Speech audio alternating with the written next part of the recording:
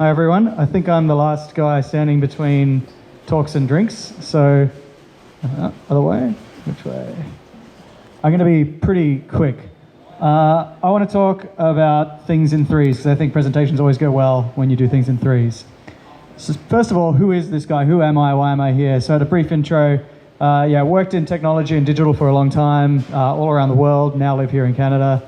I had my own company, which is still around. I'm no longer super involved with it. It's a startup back in Australia called Bubblegum Interactive. We had huge ambitions of making a very big games company and selling it to Disney one day, because we used to work at Disney, so we thought that could probably happen. We tried hard, it didn't quite work out. The company's still going, my friends are still running it. I'm still involved in giving them some tips and feedback and advice, and they're still cranking away trying to get that big success one day. As we've heard some other speakers, things take a lot longer than you expect. Since then, though, I've moved to Canada and worked at Kik for about 3 years. Joined the company when there was about 25 people there, left a couple of months ago. Kik is now about 150 or so. Did everything from partnerships to business development to working on the platform and launching, some of the things that Kik's launched over the last few years in the bot space in particular. And recently I joined Maluuba to really lead all of the marketing efforts at this company.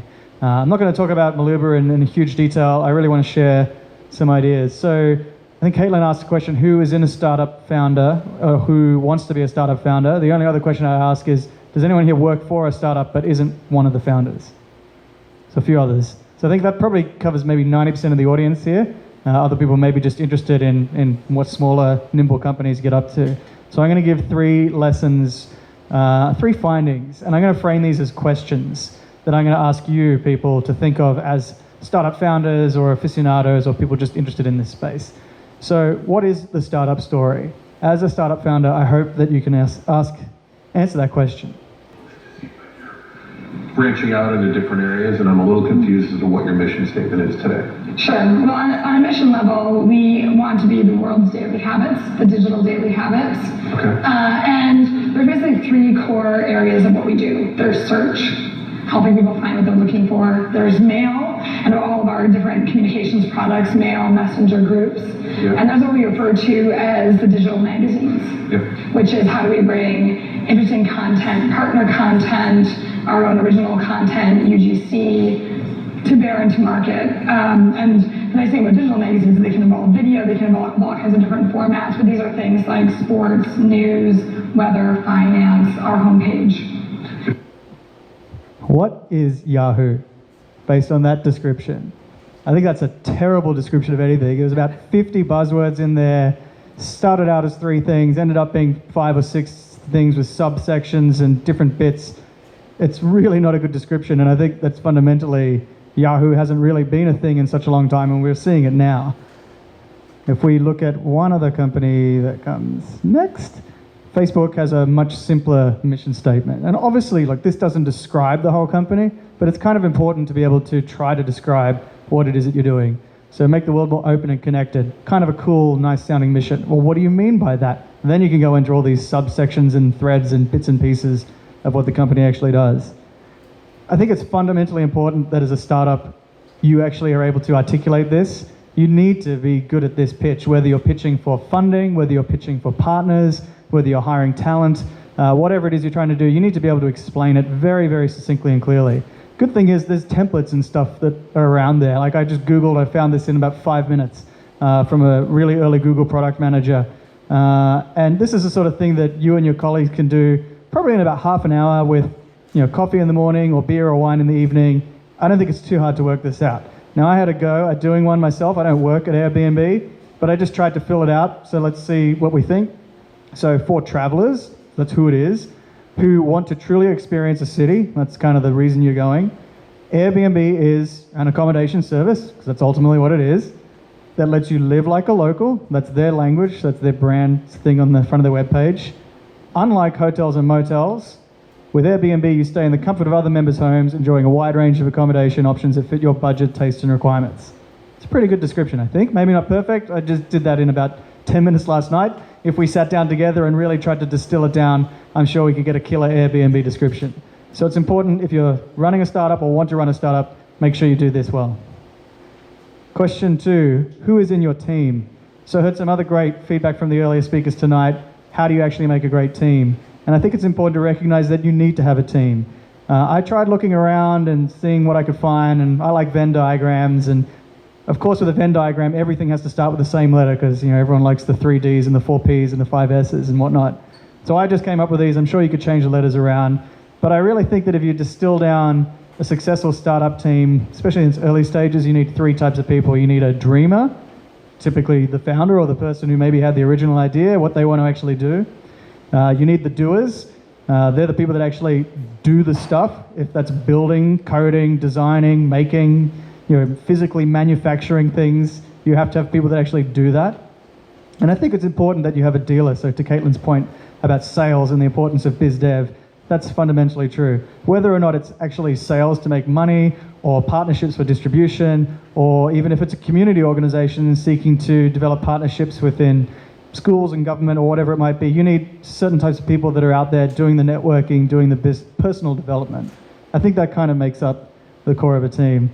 That's a photo of the team back at Bubblegum Interactive. Most of those people still working there.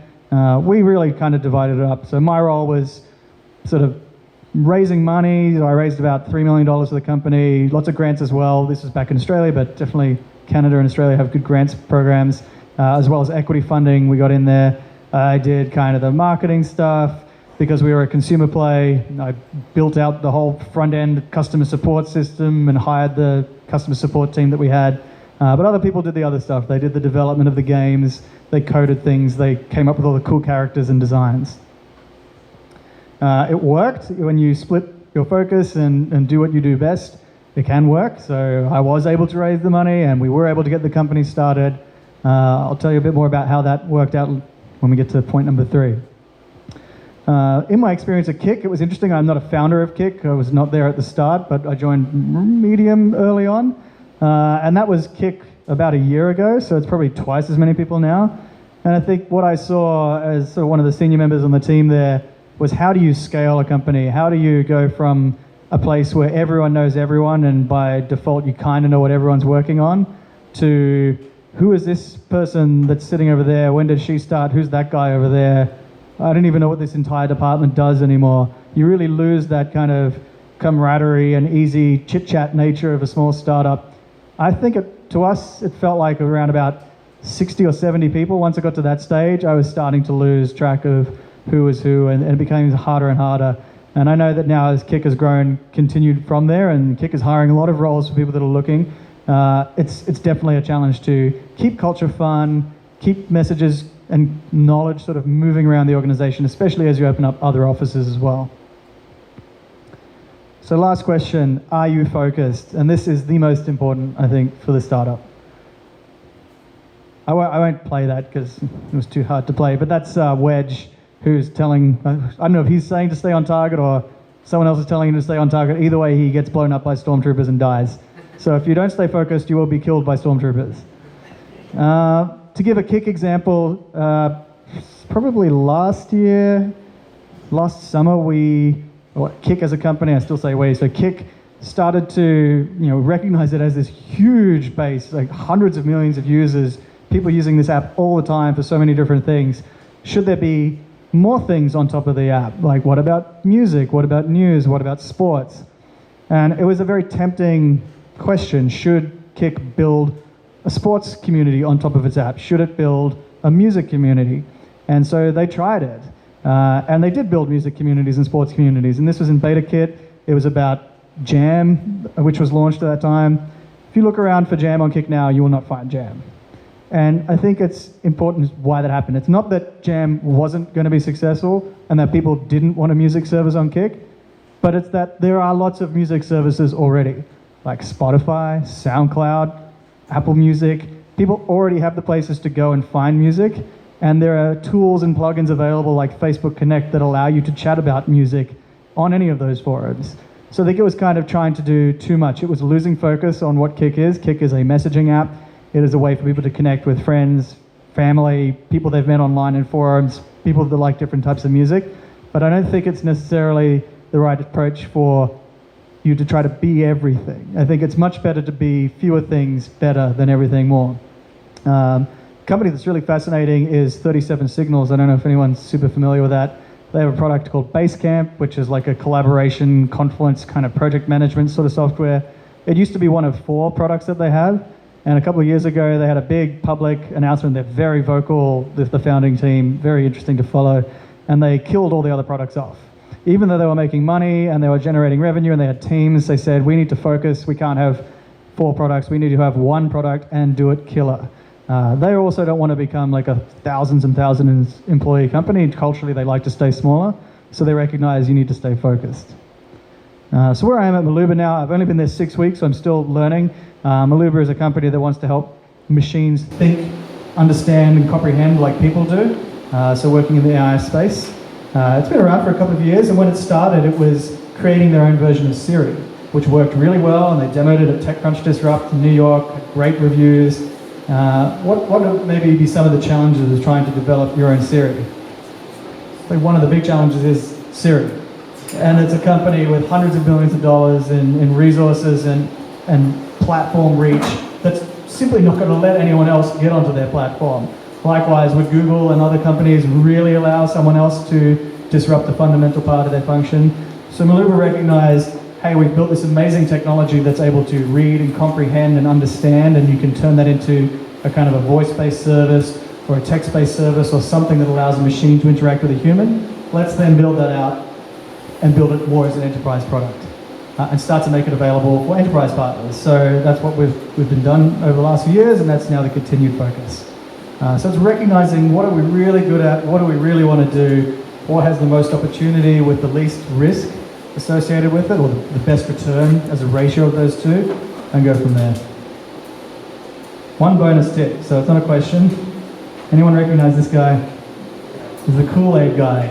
So one last anecdote from Bubblegum. We started in 2009, so it was a while ago, and we were building an online virtual world for children, and we built it in Flash, which was quite a big deal. But then about a year later, Steve Jobs wrote a letter basically saying Flash was shithouse and you should not use it, and that gradually led to the eventual total demise of Flash. And at the same time, iPads were kicking off, everyone was getting mobiles, gaming was really going through this fundamental shift. So we kind of knew that was happening, but we didn't really want to think about it because we'd already spent so much time and effort building this Flash-based game, which was great, and our users loved it, and we were making a fair amount of money. But you could kind of see that it was going to go like that. And we left it for too long before we recognized this is not what's right. The company then pivoted into mobile, so we launched a whole bunch of mobile games at Bubblegum, some for Nickelodeon, some of the games at Bubblegum's own games.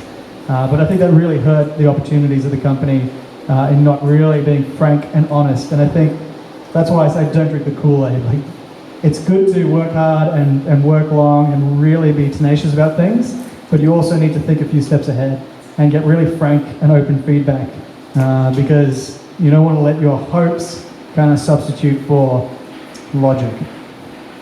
So those are my lessons from the startup front. Hopefully they were interesting. Effectively it's focus, team, and what was the other one? Story. See, there you go. That's why you have to do things in threes. It's hard to remember even 3. Yeah. Questions? The only difference between Australia and Canada is the weather. Like, they are literally the identical countries. Culturally, everything is so similar. The accent, I guess, is a bit different. And in the startup space, again, I think it's really similar. And Australia is miles away, and the biggest challenge we had was raising funds and even just serving a market. Everyone's like, oh, you're an Australian company, you must be serving Australia. Well, no, not really. And we never really, as Bubblegum, tried to sell into Australia. We're always trying to go into the US because it's like 50 times bigger. So I think that's kind of similar here, and having seen startups that I've worked at and startups that I've been associated with, getting visibility and traction when you're next to a behemoth of a market can be a bit tough. So I think people get more creative, and there's a really good community here, especially with things like BetaKit and all of these groups and incubators and accelerators. There's plenty of opportunities to network and meet. So I think that's a good connection between the two. Yeah. So the question is, like, if you want to take on a behemoth, how should you do that, and what should you think about? I think it's like there's a lot of different frameworks and things that I've studied at school. Like, a really great model I remember reading was about the value chain of a product. Like, where does most of the money get made? Like, if you think about auto manufacturers, where does an auto manufacturer make most of their money? It's not from selling cars at all. It's from financing cars. So ultimately, they're just a bank that happens to have cars. So that's where there's a huge opportunity for disruption, in that it's a static industry. You're never going to make a car. And look at Elon Musk. If you spend hundreds of millions of dollars and years of time, and you have all this profile, you might have a chance at maybe competing with these mega companies that have been around 100 years. Other than that, I think it's look for the opportunities. Look for maybe the less attractive or exciting spots that haven't been targeted by other companies. Is there a way that you can get in there? Is it defensible? Like, once you have started to do something, is there a way that you can patent stuff or build partnerships or some way to kind of carve out your spot and keep it? But also think about, like, what about partnering with these big companies in a certain way? Maybe instead of going from a consumer play, you go a B2B play and build something for that big company that's better than what they can do. That could be an approach. Yeah, so in terms of funding, I like how Caitlin outlined, like, there's equity funding, there's friends and family is kind of step one, and bootstrapping as much as you can just to build a prototype. That's what we did at Bubblegum. Like, we all just worked our regular jobs, and then at nights and on the weekend we did this stuff and built a prototype, and then went to pitch it at an angel group like you kind of have around here, and get some initial funding in.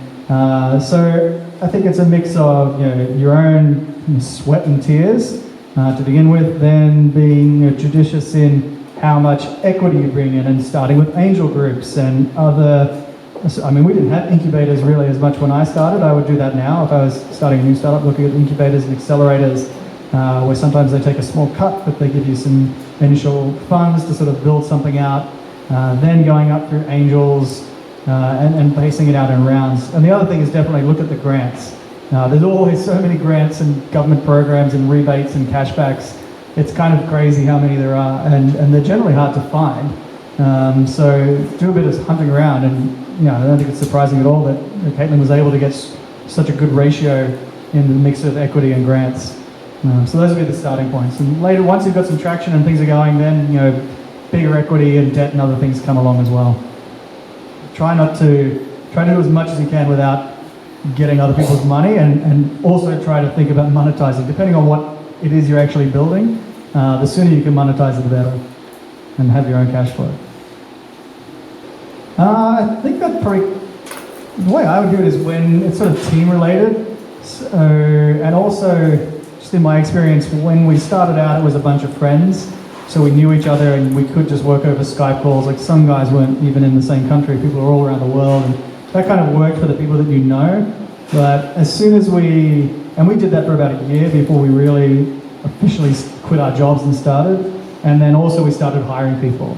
So I think as once you've got your first actual employee, they might not really be that keen on working from your house if you've got your dog there or your kids or whatever.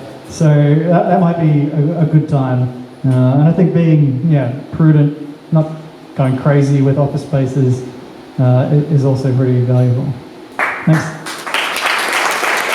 Thanks.